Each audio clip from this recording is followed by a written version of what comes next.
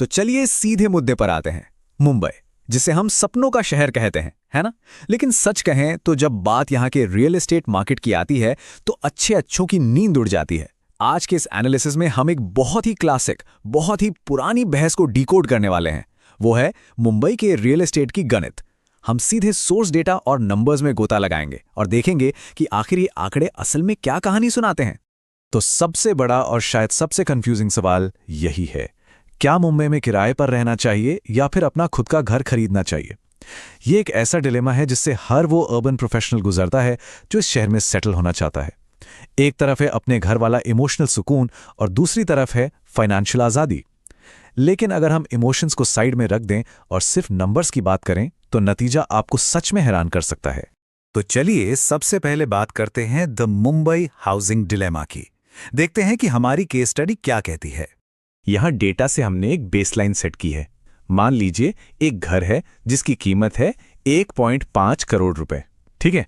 अब इस पॉइंट से एक इन्वेस्टर के सामने दो बिल्कुल अलग रास्ते खुलते हैं। रास्ता ए यानी इस घर को खरीद लेना और रास्ता बी यानी इसी सेम घर को किराए पर लेना। अब हम यही देखने वाले हैं कि ये दोनों रास्ते अगले 20 सालों में आपकी कुल वेल्थ को किस तरह से इंपैक्ट करते हैं।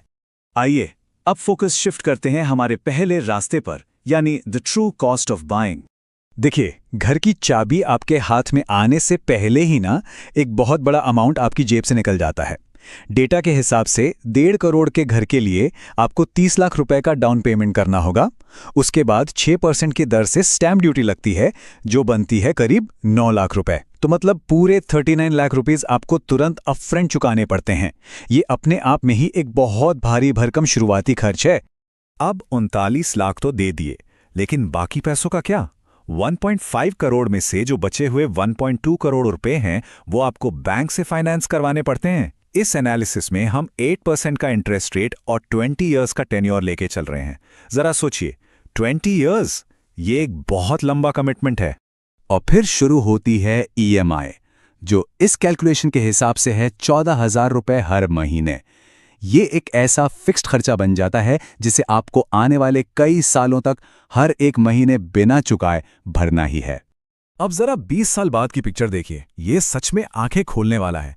20 साल में आपका टोटल चुकाया गया अमाउंट पहुंच जाता है 2.5 करोड़ रुपए पर, जिसमें आपका 1.2 करोड़ का तो प्रिंसिपल अमाउंट है और उस पर 1.3 करोड़ रुपए का सिर्फ ब्याज है। मतलब लिटरली आपने जितना लोन लिया था उससे कहीं ज्यादा तो आपने सिर्फ इंटरेस्ट चुका दिया है। तो भारी भरकम कर्ज वाली बात तो हो गई। अब आते हैं दूसरे रास्ते पर, द रेंटिंग ऑल्टरनेटिव। अब इन दोनों रास्तों के मंथली खर्चों को आमने सामने रखते हैं। एक तरफ घर खरीदने की ईएमआई है 14,000 रुपए महीना और दूसरी तरफ डेटा दिखाता है कि वही सेम फ्लैट, बिल्कुल वही, आपको करीब 35,000 रुपए महीने के किराए पर मिल जाएगा।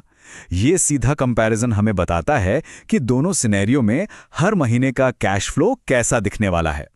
और इन नंबर्स की वजह से हर महीने 7,000 रुपए से ज्यादा का एक कैश फ्लो गैप क्रिएट हो जाता है। सोर्स के मुताबिक ये गैप बहुत इंपॉर्टेंट है क्योंकि यही तय करता है कि महीने के आखिर में आपके हाथ में कितनी लिक्विडिटी यानी कितना कैश बचता है। अब हम आते हैं सबसे क्रिटिकल फेज पर, दी अपॉर्चुनिटी कॉस्ट। आखिर उस बचे हुए पैसे का होता क्या है? किराएदार के पास सबसे बड़ा एडवांटेज क्या है पता है? वो है ये लगभग 40 लाख रुपए का अनस्पेंट कैपिटल, जो 39-40 लाख रुपए डाउन पेमेंट और स्टैम्प ड्यूटी में ब्लॉक हो जाते, वो अब रेंटर के पास नकद रूप में बचे हुए हैं। ये एक बहुत बड़ा गेम चेंजर है क्योंकि आपका पैसा किसी ईंट पत्थर में फंसा नहीं है बल्कि फ्री है। तो अब इस 40 लाख का करना क्या है? इसे निफ्टी 50 इंडेक्स में इन्वेस्ट कर दिया जाता है।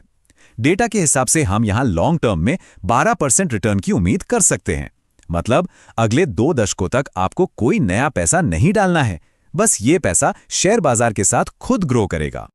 और यहां जादू होता है कंपाउंडिंग का। 20 साल तक 12% की ग्रोथ के बाद आपकी इन्वेस्टमेंट की वैल्यू पहुंच जाती है पूरे 1.5 करोड़ रुपए, बिना कोई एक्स्ट्रा पैसा जोड़े। सिर्फ आपके उस शुरुआती बचे हुए कैपिटल ने खुद को इतना बड़ा बना लिया। ये साफ दिखाता है कि लंबे समय तक मार्केट में बने रहने की ताकत कितनी जबरदस्त होती है। चलिए अब दोनों रास्तों को वापस एक साथ लाते हैं। देखते हैं द 20 ईयर वर्डिक्ट। पूरे 20 साल बाद उस फ्लैट की वैल्यू बढ़कर हो गई है 4 करोड़ रुपए और दूसरी तरफ जो मार्केट पोर्टफोलियो था उसकी लिक्विड वैल्यू है 1.5 करोड़ रुपए।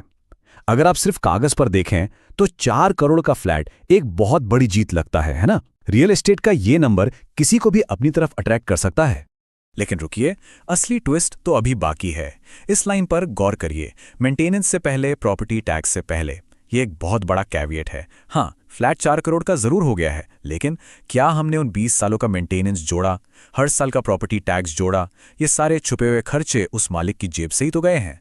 तो आखिर में सवाल यह है कि क्या रियल एस्टेट से बनी ये वेल्थ सच में उतनी ही बड़ी है जितनी नंबर्स में दिख रही है, या फिर कैश हाथ में रखकर बाजार में निवेश करने की आज़ादी असल में ज़्यादा स्मार्ट चॉइस है?